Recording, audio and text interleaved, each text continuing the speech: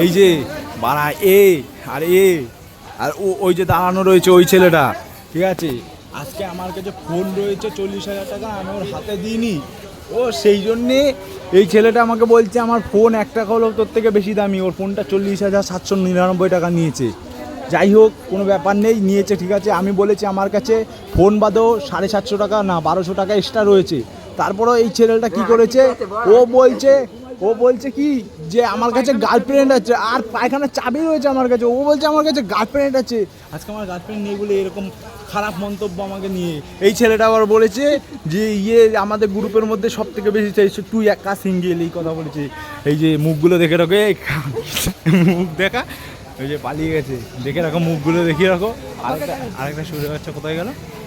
যাই হোক আমি কথা দিচ্ছি 2 মাসের মধ্যে আমার একটা ওয়ান সাইড লাগাচ্ছে, প্রপোজ করবোই, প্রপোজ করবোই। ওই যে এরা যাই বলুক, চারটে লোক কি বললো আমি মাথা, 3টে লোক আছে যদিও, 4 লোক কি বললো আমি মাথায় রাখছি না। প্রপোজ আমি করবোই। একবার যদি হ্যাঁ বলে দেয় রে বাঞ্চোদ, তোদের জীবনে খুব জ্বালা আছে,